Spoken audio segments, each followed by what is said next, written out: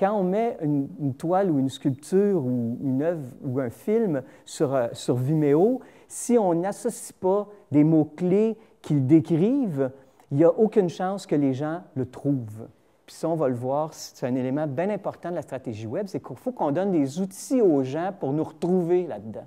Parce que des sites, il y en a une multitude. Donc, ça, c'est l'environnement Delicious. Ici, vous avez 1000, il y en a 1009. C'est mes bookmarks qui sont partagés avec la communauté. Puis, vous pouvez interroger ce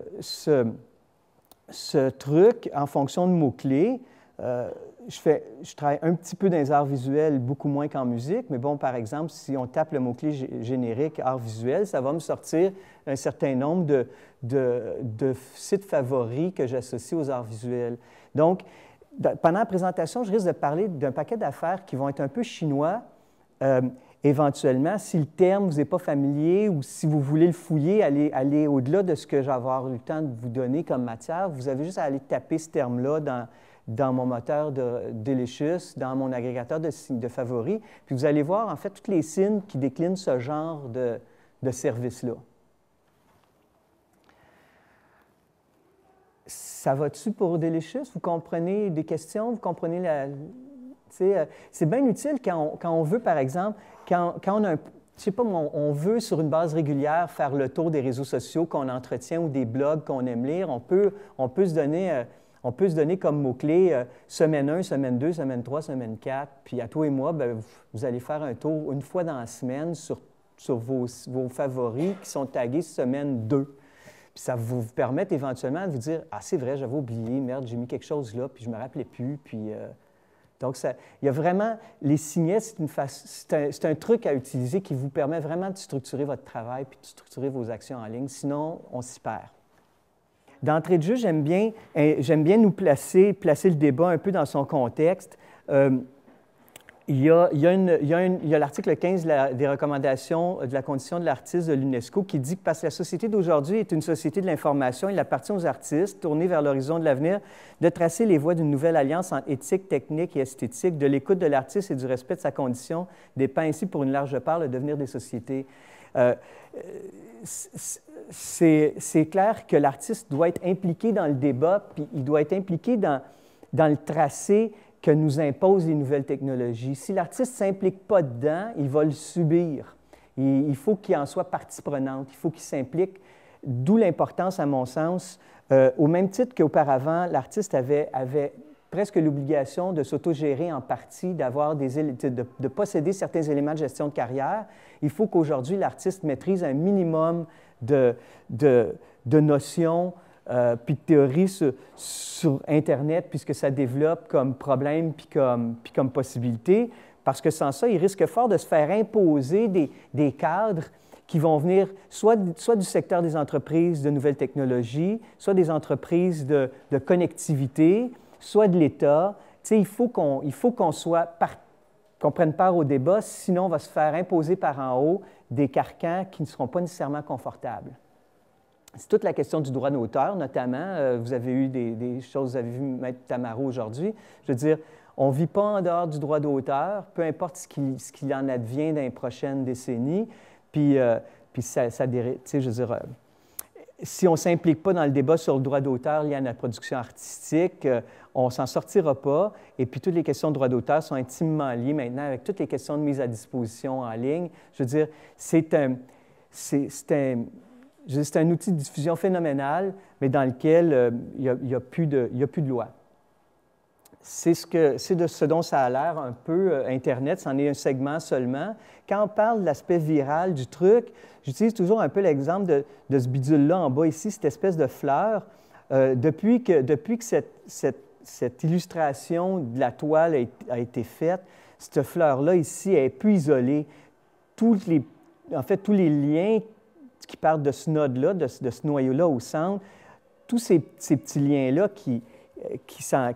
les liens qui en sortaient ont fort probablement aujourd'hui créé à leur tour des nouveaux nœuds desquels repartent à nouveau des nouveaux liens. Parce qu'à chaque fois que vous créez un réseau social, puis que vous mettez des liens sortants, vous mettez des hyperliens qui permettent aux gens d'aller surfer sur d'autres sites qui vous concernent, vous participez à l'expansion de la toile. Donc, c'est quelque chose qui est en mouvance extrêmement rapide, puis qui est incontrôlable. Internet, ce n'est pas juste un nouvel environnement d'affaires, une opportunité d'affaires, c'est une technologie interactive qui est bidirectionnelle. Ça change vraiment lorsque l'imprimerie est arrivée, puis ça, c'est utilisé par plein de gens, l'analogie entre l'imprimerie de Gutenberg puis le web, c'est que, je veux dire, on est passé tout à coup d'une transmission du savoir oral à une transmission du savoir par l'écrit. Aujourd'hui, on ajoute la bidirectionnalité à ça. Imaginez l'impact sur la société puis sur les possibilités. C'est énorme. Donc, il y a des gens qui disent, bon, révolution tant qu'on voudra. Dans le fond, c'est juste, comme je disais d'entrée de jeu, c'est une retransposition de ce qu'on vit déjà. Mais étant donné cet aspect de bidirectionnalité-là, ce n'est pas qu'une retransposition de ce qu'on vivait déjà. Ça ouvre des possibilités qu'on ne maîtrise pas encore. Faire un petit peu d'historique. Au départ, Internet, ça a été beaucoup créé par ce qu'on appelle un hacker, le terme français bidouilleur. C'est des gens en fait, qui, dans les universités ou dans les centres de recherche, ont fait en sorte de partager des réseaux informatiques qui avaient des pouvoirs de calcul très, très lents, puis une capacité de calcul peu élevée, sont mis en réseau de façon à pouvoir partager le temps d'utilisation des ordinateurs pour que quand ils allaient aux toilettes, leur machine servait à quelque chose. Donc, cette mise en réseau des machines, c'est à l'origine même de tout le concept d'Internet. Et puis, les créateurs de ces réseaux locaux-là ou de ces réseaux universitaires-là ont énoncé un code d'éthique qui prônait un accès aux ordinateurs total et illimité.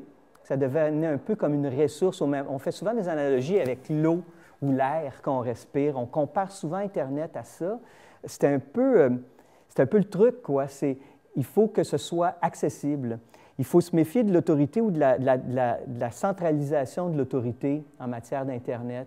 Il existe aujourd'hui un organisme international qui s'appelle l'ICANN qui régit les noms de domaine puis qui régit a priori le déploiement de la toile.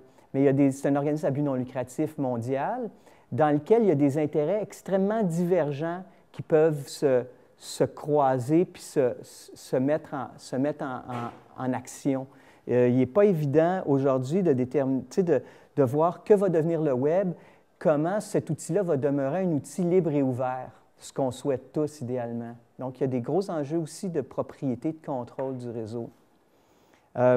Ces gens-là prônaient aussi la participation dans l'amélioration des logiciels puis des réseaux. À partir du moment où vous utilisez ces technologies-là et qu'elles vous sont utiles, vous devez un peu d'y collaborer. Vous devez être proactif.